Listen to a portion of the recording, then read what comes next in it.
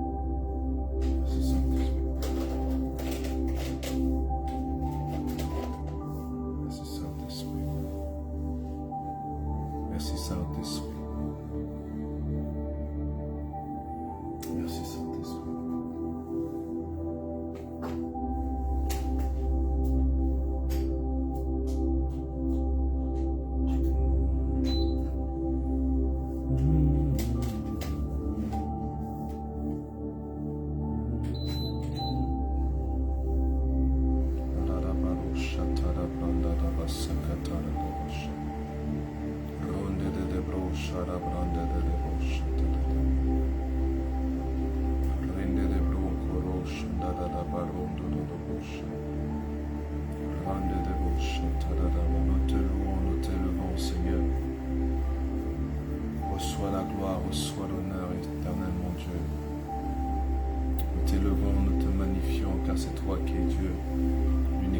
agréable à toi, Jésus. Merci. Merci pour ce soir. Merci pour ces instants dans ta présence. C'est grâce que tu nous accordes d'être là, Seigneur, pour pouvoir être enseigné par toi.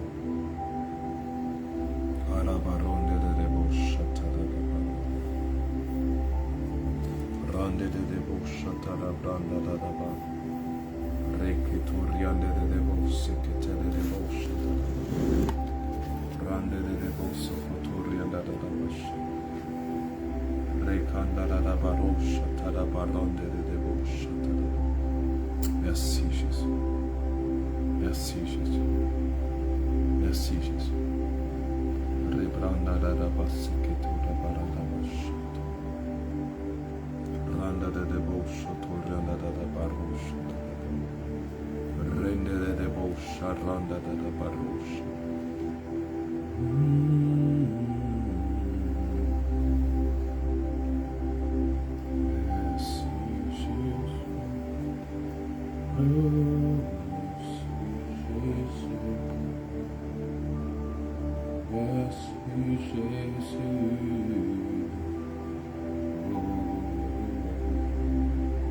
Oui, reçois la gloire, Seigneur.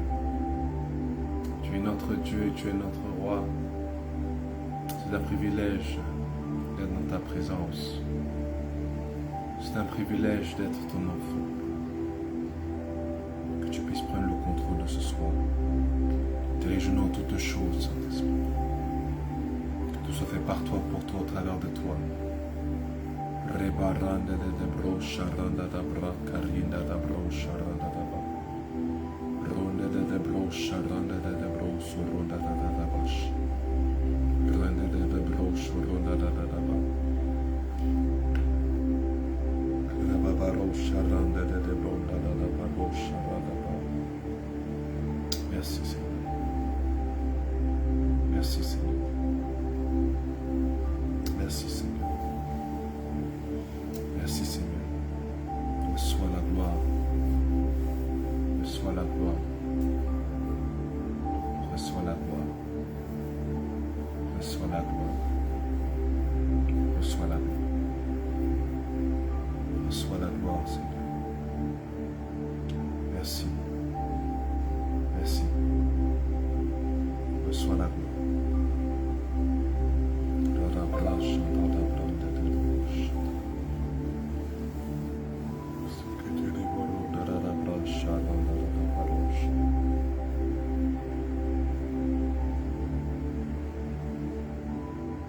Nous t'élevons, Seigneur, ce soir,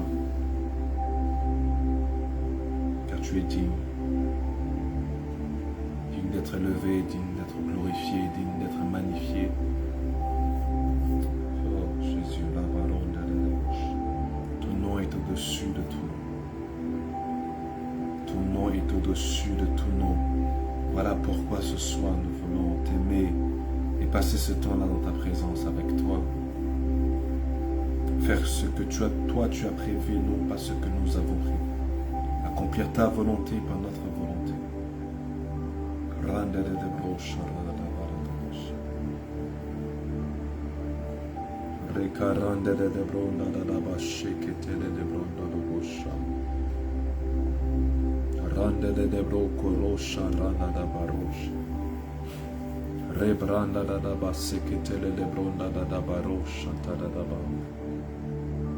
Yes, Lord.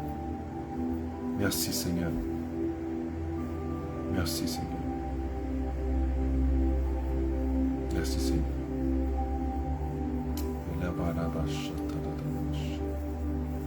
Gloire à ton nom.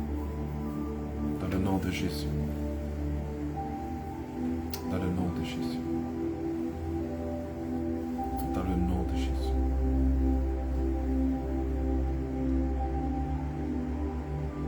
Amen, amen et amen. J'espère que vous m'entendez bien et que vous me voyez bien. Faites-moi signe dans les commentaires, s'il vous plaît, afin que nous puissions débuter.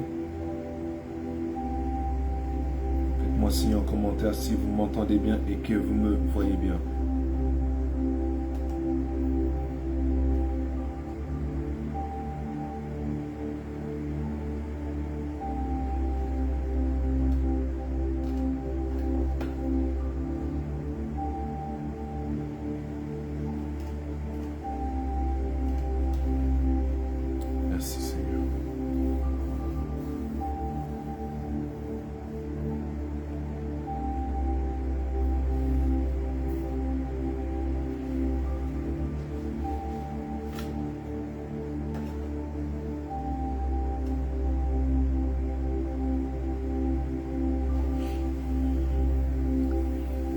signe si vous me voyez bien, que vous m'entendez bien, s'il vous plaît, afin que nous puissions débuter.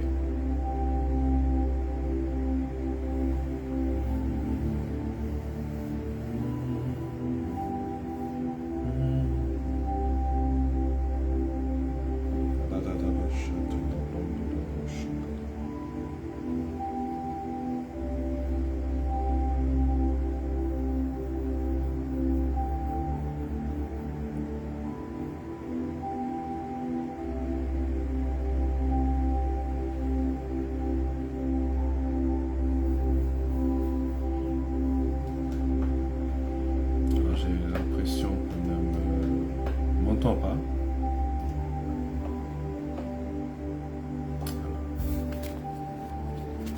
Est-ce que vous m'entendez? Faites-moi signe dans les commentaires, s'il vous plaît, si vous m'entendez, que vous me voyez, s'il vous plaît.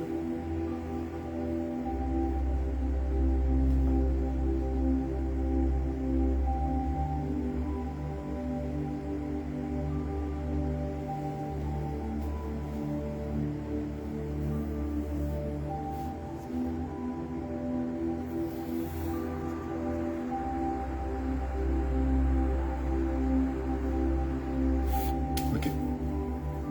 Nous allons quand même continuer.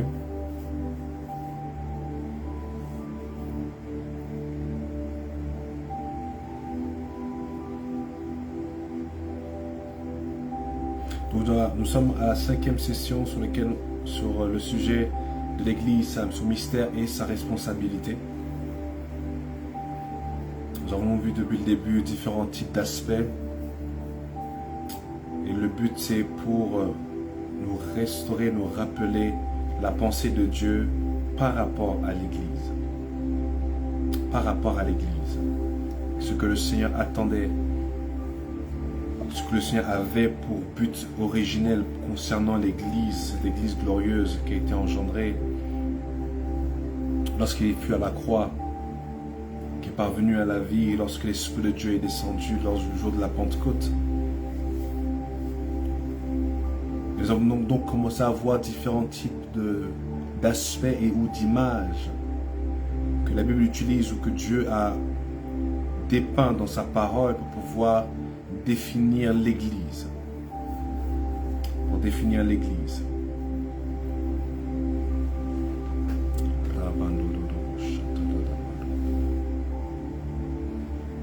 Nous avons vu d'abord la première image qui était l'image du temple. L'image du temple. Nous avons vu ensemble que l'image du temple, c'est pour révéler l'intention de Dieu de demeurer et de vivre en nous. De faire de nous sa demeure. Par son esprit, nous avons donc eu à voir différents types de références bibliques que je vous invite donc à reprendre, de méditer dessus. Et nous avons également vu que nous étions donc l'édifice que Dieu était en train de bâtir. Notre vie est cette maison-là que Dieu bâtit et dans sa parole, il nous a fait comprendre sur où nous devons bâtir notre vie, où il est en train de bâtir notre vie. Notre vie est en train d'être bâtie sur le rocher.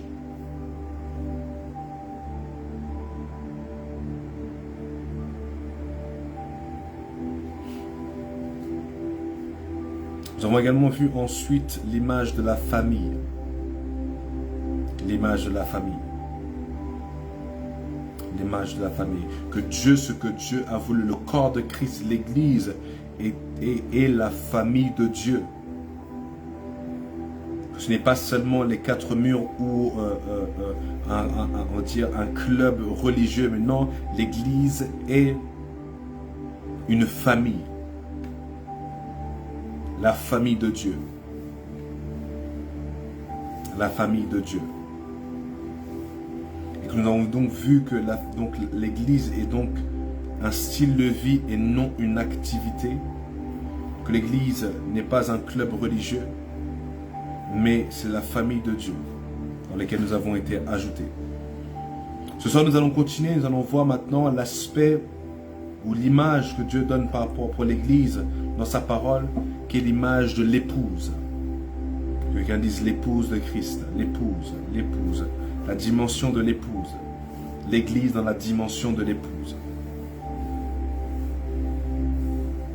Cette image nous permet de comprendre, vous pouvez noter que cette image nous permet de comprendre notre union avec Christ. La Bible dit là que lorsque l'homme quittera son père et sa mère, il s'attachera à sa femme et les deux deviendront une seule chair. Et la même chose se produit. De toutes les façons, le mariage physique n'est qu'un mystère qui doit révéler ce qui se passe entre l'Église et entre Christ et l'Église. La dimension de l'épouse, l'Église doit avoir également la dimension de l'épouse. Ces images que nous sommes en train de voir sont les images que l'Église doit voir dans sa tête, comprendre et marcher dans cette dimension. Donc la dimension de l'épouse. Numéro 3, la dimension de l'épouse. Et ceci nous permet de comprendre notre union avec Christ. Notre union avec Christ. Qu'avec Christ, nous sommes devenus un seul esprit, comme la Bible le dit.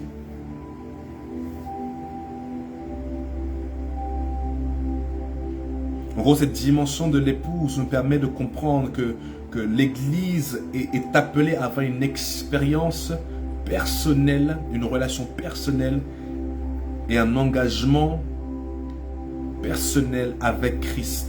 Cette dimension d'épouse nous manifeste la dimension de la relation intime.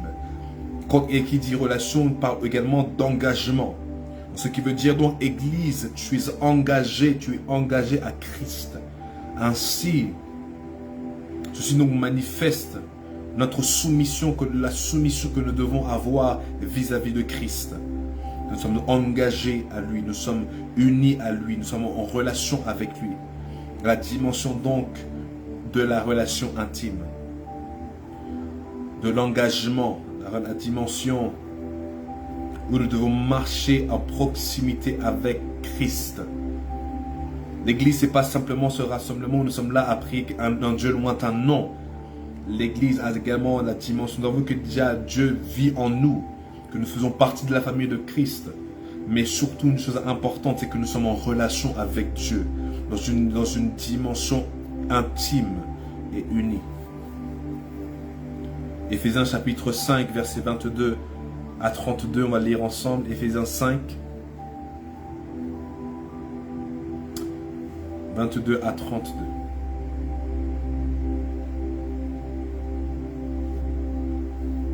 Le livre d'Éphésiens chapitre 5.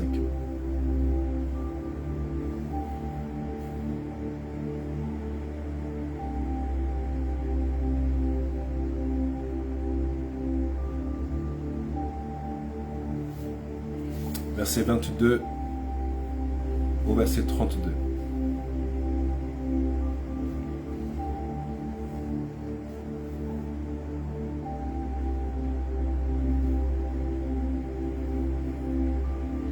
Je vais la prendre dans la version amplifiée.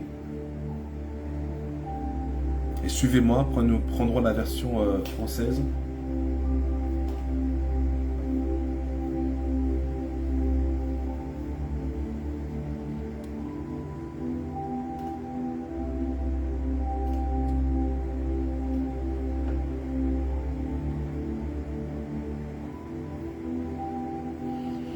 Femmes, soyez soumises. Soyez soumis à votre propre mari. Comme un service, un culte, un ministère.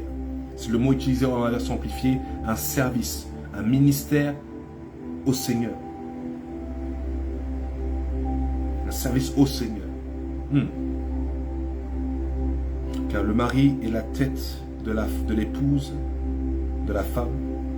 La version amplifiée, du coup, fait la distinction entre femme et épouse.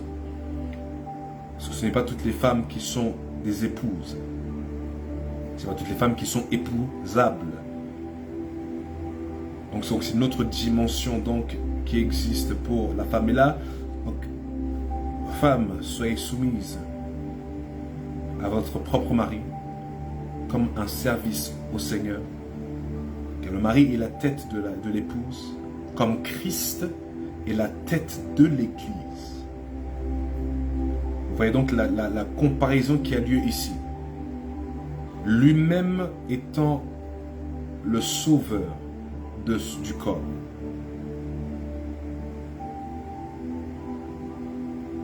Donc comme l'Église, verset 24, comme l'Église est soumise à Christ. Et là, quand on parle d'église, chose importante et que je pense que je vais pointer, chose importante à savoir, c'est que là on parle de l'église, là donc son entièreté, hommes et que femmes. Ici, comme l'église, comme les hommes et les femmes unis ensemble, qui ont accepté Christ et qui sont des disciples, comme cette église, donc homme-femme, est soumise à Christ. Donc, ce qui veut dire donc que l'homme aussi a sa part de soumission à avoir vis-à-vis de Christ. Ce n'est pas que la femme qui se soumet, la femme se soumet à l'homme et l'homme se soumet à Christ. Ok, on va avancer. De la même manière, donc, femmes, soyez soumises à vos maris. En toutes choses. Et la version amplifiée ajoute, en respectant à la fois leur position en tant que protecteur et leur responsabilité envers Dieu en tant que la tête de la maison du foyer. Je répète, verset 24, de la même manière que l'Église est soumise à Christ, de même, femmes, épouses, soyez soumises. Que les femmes soient soumises à leur mari en toutes choses, c'est-à-dire en respectant à la fois leur position en tant que protecteur et leur responsabilité envers Dieu en tant que tête du foyer. Ensuite, donc, verset 25, Marie, aimez vos femmes. Ce qui veut dire, donc, qu'est-ce que ça veut dire? La version amplifiée définit cela comme chercher le plus grand bien pour elle et l'environner avec de l'amour, un amour qui n'est pas égoïste et en se souciant d'elle. En gros, quand la Bible dit ici, Marie, aimez vos femmes, c'est-à-dire rechercher leur bien, leur plus grand bien et environnez-la avec un amour qui n'est pas égoïste. Et souciez-vous d'elle. Voici la responsabilité qui est donnée à l'homme. Dommage, la version française n'explique pas ces choses comme ça. Comme Christ aussi a aimé l'Église. Christ donc aime l'Église. Et il s'est donné lui-même pour elle, afin qu'il puisse la sanctifier, afin qu'il puisse sanctifier l'Église en la nettoyant par l'eau de la parole. Donc en gros, c'est donc ce que Dieu fait envers nous lorsque nous sommes là à écouter la parole de Dieu, à suivre les enseignements. Le Seigneur nous lave, nous purifie. Le Seigneur nous purifie. Ce qui veut dire, au fur et à mesure que le temps avance, Christ nous prépare pour son retour.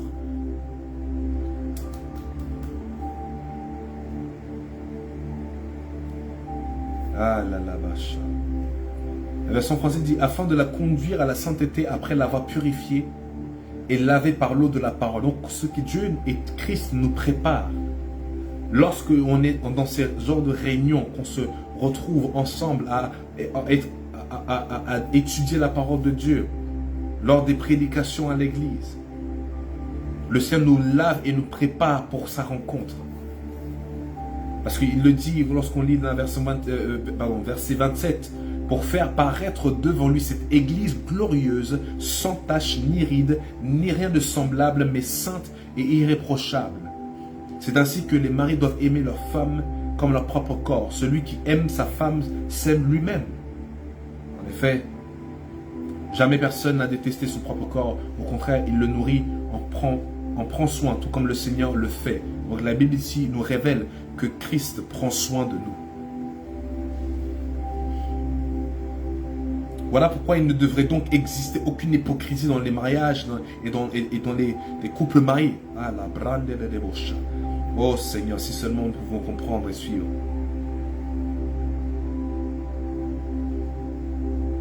Parce que là, nous sommes en train d'être préparés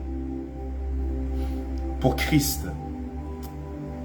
Ah, yes, nous sommes en train d'être préparés pour Christ. Donc lorsque Christ nous fasse notre travail, nous renouvelle par son esprit, nous transforme, nous fait passer par la délivrance, nous fait passer par la guérison, nous fait passer par la transformation par sa parole, Il est en train de nous préparer pour que nous soyons cette église glorieuse en splendeur, sans tache ni ride, ou quoi que ce soit, mais afin que nous soyons saints, donc mis à part et irréprochables. Le but de Christ par rapport à son église, c'est de nous purifier, nous rendre saints, nous rendre irréprochables, mis à part. Donc le verset 28 dans la version amplifiée dit que de la même manière donc les maris doivent et sont obligés moralement d'aimer. Donc doivent et sont obligés moralement d'aimer leur propre femme comme ils aiment leur propre corps. Parce que celui qui aime sa femme aime son épouse, s'aime lui-même. Parce que personne n'a à détester son propre corps. Mais au contraire, nourrit ce corps, protège ce corps et chérit ce corps, comme Christ le fait pour l'Église.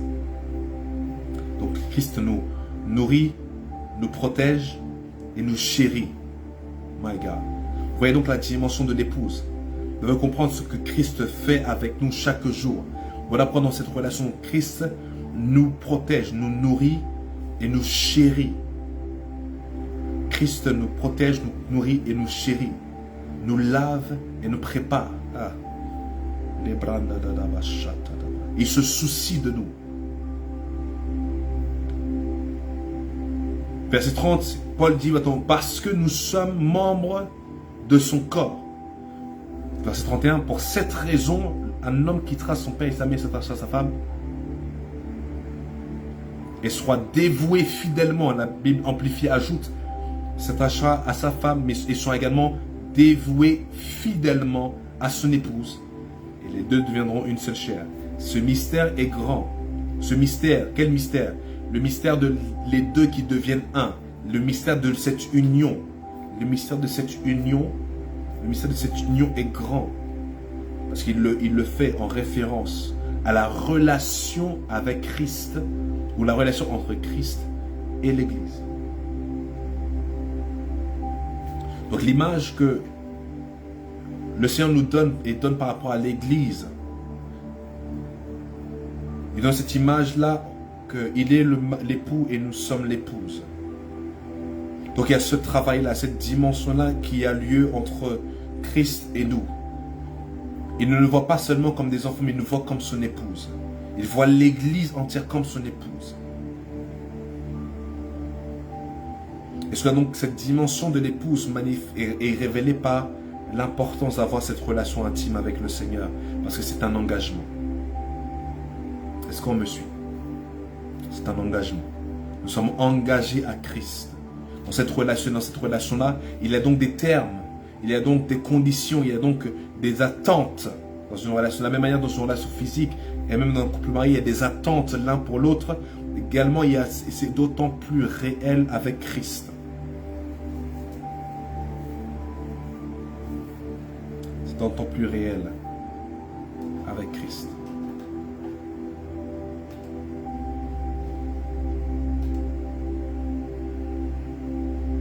Merci Saint-Esprit de Dieu.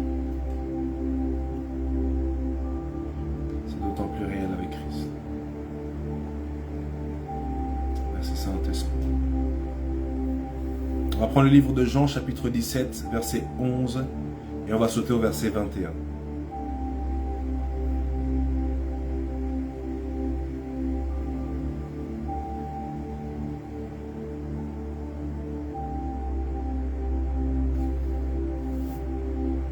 Jean 17, 11, verset 21.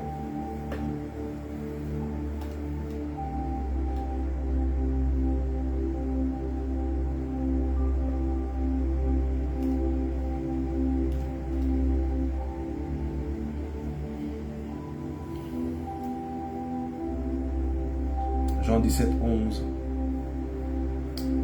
Chapitre 17, verset 11 et le verset 21. Jean, chapitre 17, le verset 11 d'abord et ensuite le verset 21. Désormais, je ne suis plus dans le monde, mais eux, ils sont dans le monde. Là, c'est la prière de Jésus. Je ne suis plus dans le monde, mais eux, l'épouse, l'Église, ils sont dans le monde.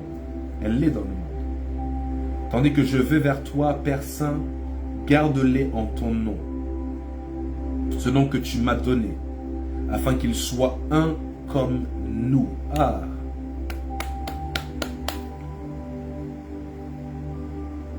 Et les deux deviendront une seule chair. Et les deux deviendront un. Les deux deviendront un. Ils seront une seule chair. Une seule chair. Et voilà, c'est Christ donc prie. Parce qu'il sait que dans ce monde, nous allons avoir des troubles. Donc comme il sait, il fait cette prière pour que le Père puisse protéger l'Église. Ça révèle donc à quel point donc Dieu a un regard particulier sur son Église. Et je ne parle pas sur les églises. J'ai bien dit sur son Église. Parce que lorsque Dieu nous voit, il ne voit pas différentes églises. Il voit son Église. Il voit son Église positionnée dans différents types de lieux, de régions et de nations. Est-ce qu'on me suit, s'il vous plaît? Lorsque Dieu nous voit, il ne voit pas différents types de dénominations. Il voit son Église. Est-ce qu'on me suit? Donc, la dimension de l'épouse. La dimension de l'épouse. La baronne de débauche. Est-ce qu'on me suit?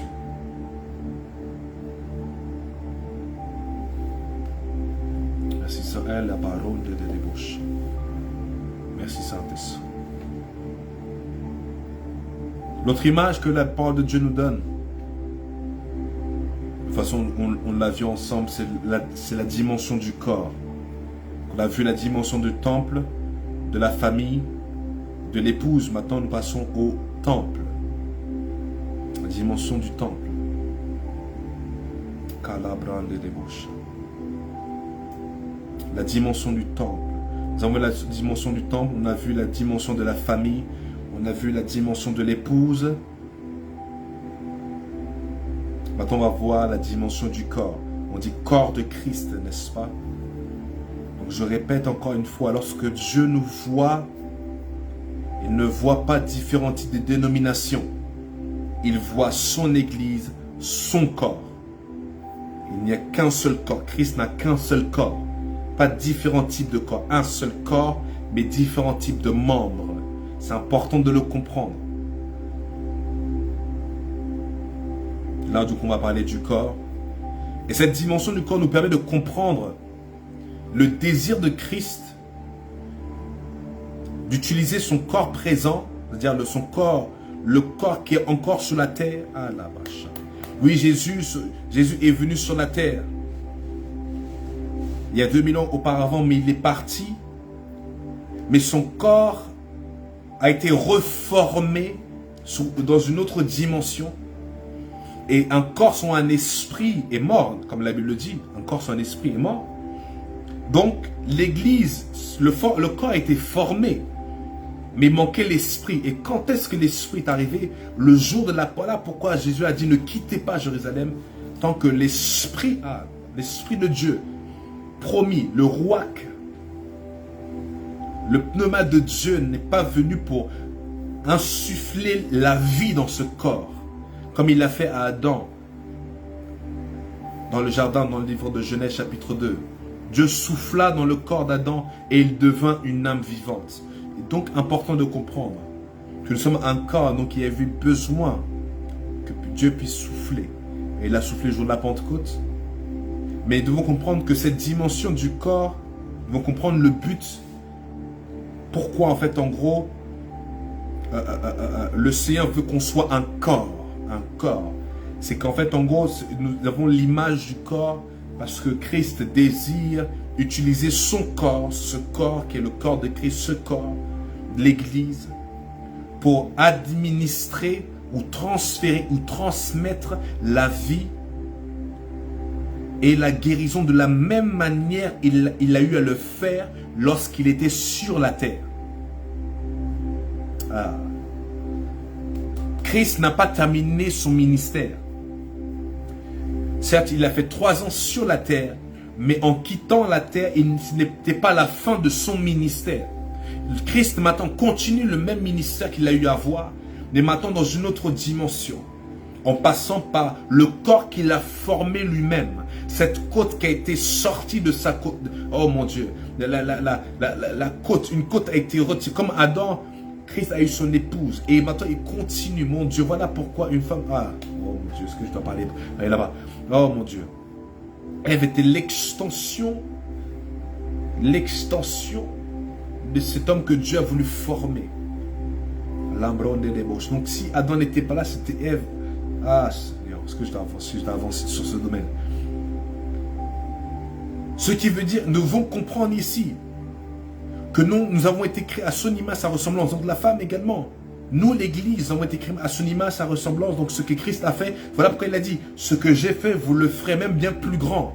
Donc Christ continue donc aujourd'hui. Nous avons l'image du corps afin de continuer ce que Christ a fait. Ce qui veut dire donc, la guérison, la délivrance, la vie ne peut que se faire lorsque nous sommes unis ensemble. C'est le système que Dieu a mis en place, la dimension du corps de Christ, pour continuer le ministère de Christ sur la terre.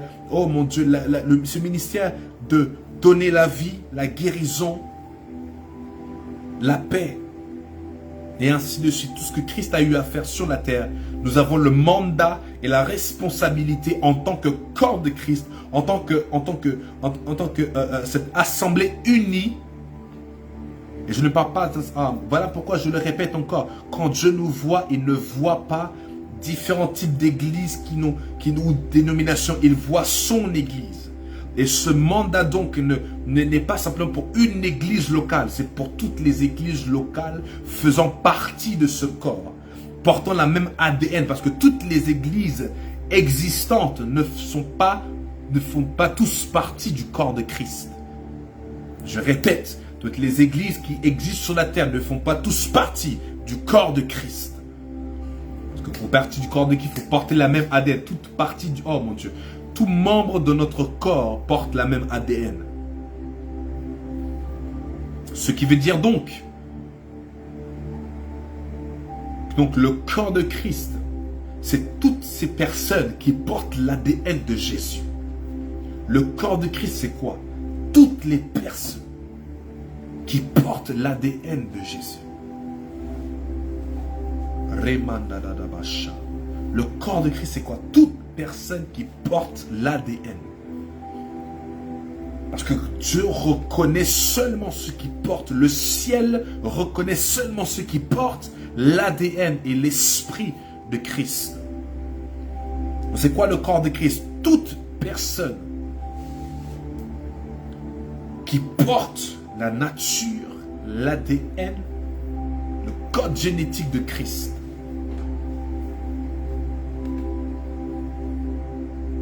Ce n'est pas seulement des personnes qui ont donné leur vie à Jésus en tant que sauveur, mais ceux qui ont renié leur propre corps, qui portent leur croix et suivent Jésus comme en tant que disciples. Donc en gros, le corps de Christ, cette assemblée de disciples de Christ, qui ont pris la décision de marcher, de parler, de se comporter, d'agir comme Jésus sur la terre et de continuer l'œuvre que Christ a eu à accomplir cette terre. Nous sommes appelés à continuer ce ministère, à continuer à donner de l'amour, à continuer à donner de la paix, à continuer à donner du réconfort, à continuer à aller vers ceux qui sont faibles, à continuer à amener Christ. C'est notre ministère en tant que corps de Christ, en tant que disciple de Jésus. J'ai bien dit disciple, je n'ai pas parlé de chrétien, parce que tout chrétien n'est pas disciple. C'est une chose importante à comprendre. Il est facile de devenir chrétien, mais il est difficile de devenir un disciple. Ce n'est pas pareil. Tu as juste à dire je suis chrétien et tu es chrétien. Tu as juste à le confesser, je suis chrétien et tout le monde va te croire. Oui, tu vas voir une personne aujourd'hui, tu lui dis que tu es chrétien alors que en soi tu ne l'es pas. Mais comme tu as dit que tu es chrétien, les gens vont te croire que tu es chrétien. Donc il est facile aujourd'hui d'être un chrétien. Mais un disciple n'aime pas manifester seulement par le fait que je suis disciple. Non, non, non. Un disciple, c'est quoi? Jésus a dit, toute personne qui désire être mon disciple doit d'abord se renier à soi-même, porter sa croix. Et Jésus disait ici que pour être reconnu disciple, ce n'est pas les hommes qui doivent te reconnaître disciple. Est-ce que le monde spirituel voit que tu as renié ton propre corps, tu as renié ta personne? Est-ce que tu portes ta croix? Parce que la croix là n'est pas physique, donc les gens ne vont pas voir si tu portes une croix. Donc ce qui veut dire, est-ce que spirituellement, le monde spirituel peut attester que tu portes la croix de Christ? Et n'est pas seulement là. Oh mon Dieu, il y a 3 étapes. Se renier à soi-même, porter la croix, et la dernière étape, c'est suivre Jésus. Ma question donc est, donc voilà, parce que tout chrétien ne suit pas Jésus. Je répète, tout chrétien ne suit pas Jésus. Donc voilà, parce que c'est seuls les disciples qui suivent Jésus. Les chrétiens ne suivent pas Jésus. Ils suivent un mouvement, mais ne suivent pas ne suit pas celui qui est le roi des rois et le Seigneur des seigneurs. Donc le corps de Christ, c'est pas le rassemblement des chrétiens. Non. C'est le rassemblement, oh mon Dieu, mon roi. C'est le rassemblement, l'église que Dieu voit, le rassemblement des disciples, ceux qui veulent suivre le maître. Eux que Dieu voit comme son corps, son église. Personnes qui ont renié soi-même pour suivre et ressembler au maître. C'est important que nous devons comprendre, je le répète encore une fois, le corps de Christ, ce n'est pas cette assemblée de chrétiens, non! Ce rassemblement de disciples. Des personnes qui ont mis à mort leur propre chair, mis à mort leur propre personne, mis à mort leur propre volonté, mis à mort leur orgueil, mis à mort leur fierté, pour suivre seulement celui qui définit toutes choses. Et par la miséricorde de Dieu de marcher comme il le veut. Est-ce qu'on me suit ce soir? C'est très important de comprendre ce que je suis en train de dire.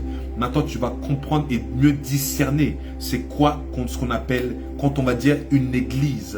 Tu ne vas pas simplement voir des rassemblements des personnes ou de communautés ou de je ne sais quoi, de doctrine. Non, non, tu vas aller chercher à savoir, est-ce que ce sont des disciples ou pas? Aujourd'hui, il est facile de se rassembler et de mettre un titre, église, je ne sais quoi. Mais en soi, l'activité n'est pas forcément basée sur Christ. Voilà pourquoi nous sommes dans les temps où nous devons discerner les choses et bien comprendre les choses. Ce n'est pas là où il y a des rassemblements que c'est forcément une église. Il existe différents types de rassemblements de toute façon. Cultuels, différents types. Sectaires, sataniques, tout, différents types. Et laissez-moi vous dire, si une église satanique maintenant se rassemble et change son nom et on passe de église satanique, il met église je ne sais quoi, laissez-moi vous dire, beaucoup vont croire que c'est une église. Et beaucoup de chrétiens vont s'y rendre, sans même parce qu'ils ont vu le titre église. Ah mon Dieu, moi. Et qu'ils n'ont pas vu le satanique, ils vont y aller parce que c'est une église. Laissez-moi vous dire, ne soyez non plus trompés. Tu rentres dans une église, discerne, est-ce que l'Esprit de Dieu est là? Discerne, est-ce que l'ADN de Christ est là? Quand tu rentres dans une église locale, discerne si l'ADN de Jésus est là. Le cœur de Christ, l'esprit de la vie, est-ce que l'Esprit de Dieu est là? Est-ce que l'Esprit de Dieu est à l'honneur? Est-ce que l'Esprit de Dieu est le chef de cette église, comme dans les Actes des Apôtres? Parce que toute église qui n'a pas l'Esprit de Dieu comme chef n'est pas une église. Bibliquement, en me basant sur la Bible. Nous sommes un corps parce que au travers de ce système qui est le corps de Christ, Christ veut continuer le ministère qu'il avait commencé il y a plus de 3 ans. Il y a plus de 3000 ans, plus de 2000 ans, excusez-moi.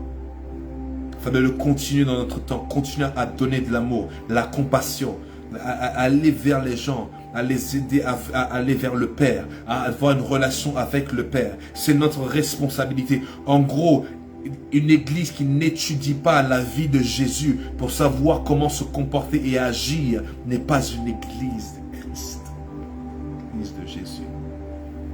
Notre mandat, c'est de nous comporter comme Jésus. Vous pouvez noter 1 Corinthiens chapitre 12, le verset 1 au verset 31. C'est une longue lecture, mais je vous laisse le faire dans votre temps pour votre temps de méditation. 1 Corinthiens chapitre 12, verset 1 au verset 31. J'espère que nous sommes bénis.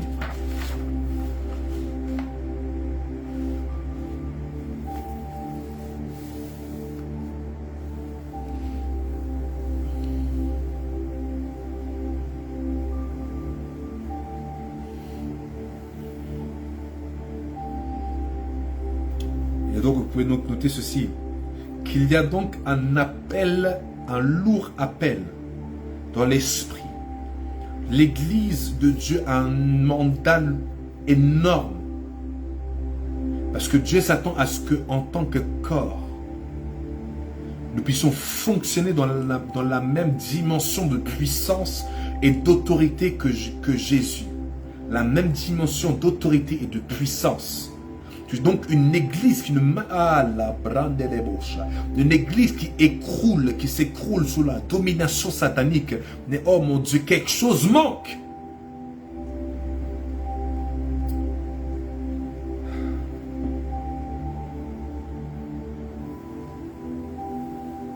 Une église qui a seulement un pasteur, mais qui n'a pas le Saint-Esprit, vous devez faire attention.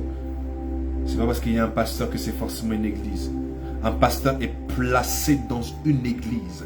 Ce qui veut dire qu'il n'est pas la base de l'église, qu'il n'est pas la définition de l'église. Un pasteur n'est pas la définition d'une église. Il est placé dans une église pour paître le troupeau. Donc comprenez ce que je suis en train de dire. Oh la brande et les moches. Ce qui fait d'une église une église, c'est la présence de Dieu et la présence du Saint-Esprit. C'est une chose capitale sur lesquelles on ne doit plus maintenant débattre. C'est pas parce qu'il y a un pasteur. Laisse-moi vous dire, l'église n'est pas basée sur un pasteur. Oh mon Dieu, mon roi. Oh mon Dieu, mon roi. Et l'église n'est pas basée sur un pasteur.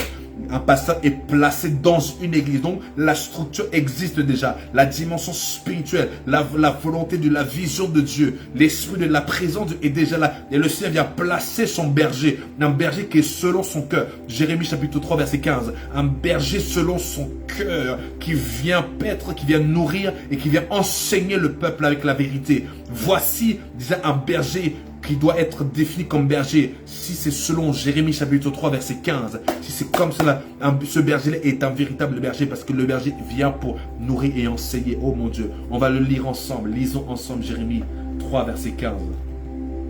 Parce que le Seigneur a donné une promesse profonde et importante, un guide, une base d'orientation. Jérémie chapitre 3 verset 15. Une chose que toute personne doit connaître. Voici ce que la Bible dit, voici ce que le Seigneur dit. Oh mon Dieu, merci Saint-Esprit pour ta présence.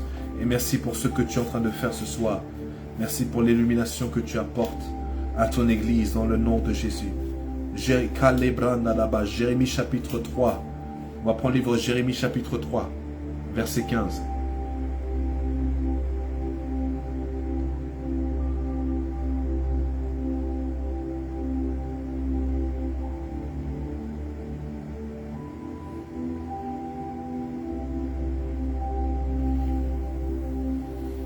Voici ce que la Bible dit, je lis la version amplifiée pour une meilleure compréhension.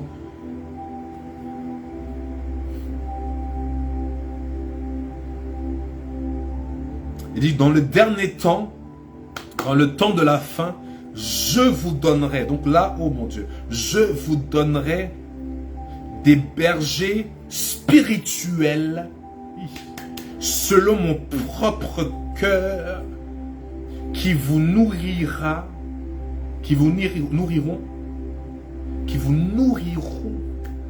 avec la connaissance et une compréhension véritable. Voici, oh mon Dieu, le point d'analyse et de discernement pour voir si un berger est réellement de Dieu. Ah mon Dieu, moi. Et ce qui me choque ici, la version amplifiée. Déjà, on voit dans quelle période de temps nous sommes. Parce que là, ça doit nous concerne. Parce que la Bible dit que dans les derniers temps, la version amplifiée ajoute, dans les temps derniers, Dieu dit, je moi-même. Ce qui veut dire donc, ah là-bas, là-bas, c'est pas ces personnes qui s'autoproclament pasteurs parce qu'ils sont partis dans une école théologique pour devenir pasteurs, alors que spirituellement, ils n'ont aucun appel. Faites attention, s'il vous plaît. C'est pas parce que tu as fait des études théologiques que tu es qualifié pour être pasteur. Faisons attention, parce que la pastorale est d'abord un appel établi par Dieu lui-même. La Bible ici est claire. Dieu dit que moi-même, je vous donnerai des bergers spirituels. Pourquoi aujourd'hui nous avons des bergers charnels qui sont bons dans le management, qui sont bons dans la religiosité, mais en spiritualité zéro. Quand ils ont un cas devant eux, ils disent seulement ta foi va te sauver. Prie encore, prie encore. Mais ma Bible me dit, le Seigneur Jésus disait, le Seigneur Jésus dit, il a pris autorité. Il a chassé les esprits d'infirmité et autres. Que les esprits mauvais, lorsqu'ils le voyaient, se prosternaient parce que spirituellement, ils reconnaissaient qui était ce Jésus qui venait. Ma question donc est, pourquoi nous ne voyons plus ces bergers spirituels dont le monde des ténèbres tremble à leur vue? Je comprends donc pourquoi il y a autant d'églises mais aucun impact. Autant d'églises mais la nation ne change pas.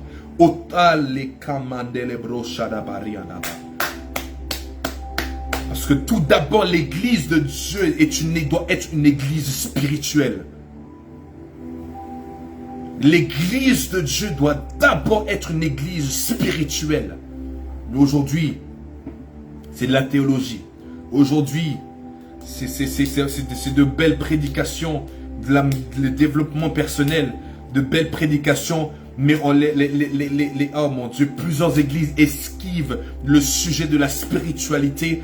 Les églises n'enseignent plus la sainte doctrine dans son entièreté. Ils prêchent la croix, mais ne prêchent pas Pentecôte. Ils prêchent le salut, mais ne prêchent pas le royaume. Mais arrêtons de former des gens pour rester à la porte. Parce que Jésus, il est la porte. Mais le Dieu le Père a tout un royaume. Ma question donc est, pourquoi nous sommes éloignés de la volonté parfaite de Dieu pour l'Église, pour faire notre propre association, pour simplement... Ah, Jésus, que Dieu nous pardonne. Que le Seigneur nous pardonne. Que le Seigneur nous pardonne. Et qu'il ait pitié de cette génération et de notre génération. Beaucoup d'églises, mais zéro impact.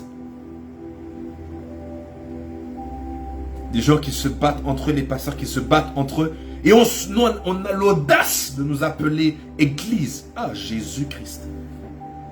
Des églises qui se pensent meilleures que d'autres.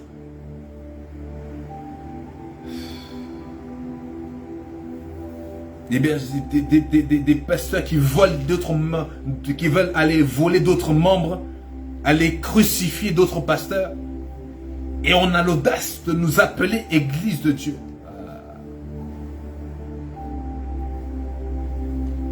Jérémie chapitre 3 verset 15. Voici ce que le Père dit. Dans les derniers temps, moi-même, oh, donc ce qui veut dire donc quand une personne vient devant toi et se dit serviteur ou servante de Dieu, discerne d'abord si elle a été envoyée de Dieu ou non. Est-ce qu'elle vient de Dieu ou non?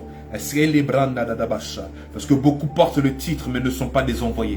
Je répète, il est facile de porter le titre, mais on ne peut pas se proclamer envoyé de Dieu. Non, non, parce que c'est une malédiction. Dire que Dieu m'a envoyé alors que Dieu n'a rien dit, alors que Dieu n'a rien fait, c'est une malédiction. Donc, oh mon Dieu, je vous donnerai des bergers spirituels selon mon cœur. Jésus. Qui vous nourriront avec la connaissance voyez ici, voici la responsabilité d'un berger, la responsabilité d'un serviteur, d'une servante de Dieu, de nourrir avec la connaissance de Dieu et la véritable compréhension ou le discernement, le vrai discernement. Les choses, vous voyez, parce que d'abord, des bergers spirituels vous enseigneront la connaissance, toute la connaissance spirituelle. Parce qu'aujourd'hui, les églises sont charnelles. Ils sont conscients de tout ce qui est physique. Mais dans la connaissance spirituelle, zéro pointé. Voilà pourquoi ils sont là, ils sont combattus. Parce qu'on les enseigne à tort. On leur dit que tout est accompli, donc tu n'as pas besoin de prière ni de délivrance. Mais quel mensonge total qui vient de l'enfer. Oui, Jésus a dit tout est accompli, mais le tout accompli de Dieu n'est pas automatique. Pour que cela soit incorporé dans la dimension, que le tout est accompli a commencé dans l'esprit. Notre esprit a déjà le tout est accompli. Mais maintenant, cela doit être incorporé dans l'âme et dans le corps. Donc le salut est sur 3 phases. Mais on n'enseigne pas cela aux brebis. Et voilà pourquoi beaucoup sous son emprise et l'influence de l'ennemi. Et ils sont là à souffrir et souffrir et souffrir et souffrir. Et les bergers, avec aucune connaissance spirituelle, sont là à dire ça va aller, ça va aller, ça va aller, ça va aller. Et beaucoup se perdent. Beaucoup retournent dans le monde. Ils sont mal nourris. Meurent par une malnutrition. Et oui, la malnutrition spirituelle existe. Et ça tue beaucoup. Mais Jésus l'a dit, si un aveugle conduit un aveugle, les deux vont tomber. Saint-Esprit de Dieu, aide-nous. Donc, il y a donc cette importance, et c'est le mandat de tout serviteur de Dieu. On l'a lu ensemble dans Éphésiens chapitre 4 à partir du verset 11. Le mandat des 5 ministères. C'était clair, net et précis et simple. On a vu les dimensions dans lesquelles l'Église doit fonctionner. L'Église doit fonctionner dans la dimension du temple. L'Église doit fonctionner dans la dimension de la famille. L'Église doit fonctionner dans la dimension de l'épouse. L'Église doit fonctionner dans la dimension du corps. Et c'est une importance. Parce que oh mon Dieu, mon roi, et lorsque ces 4 dimensions sont en vigueur, mon Dieu, c'est là où nous voyons l'Église glorieuse, cette Église puissante qui marche dans la dimension de la puissance et l'autorité que de Jésus-Christ.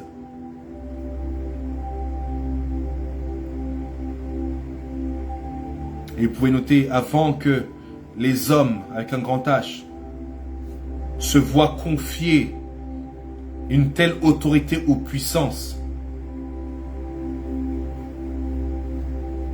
il doit d'abord y avoir une reconnaissance des principes divins de la seigneurie et de la soumission à Christ, qui est la tête. Si tu n'es pas soumis, tu ne peux fonctionner dans la dimension de cette puissance et de cette autorité. Si tu ne reconnais pas la seigneurie, tu ne peux pas. Donc, il est important de t'enseigner Jésus en tant que sauveur.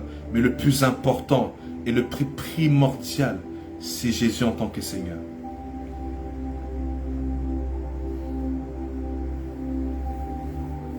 Est-ce qu'on me suit?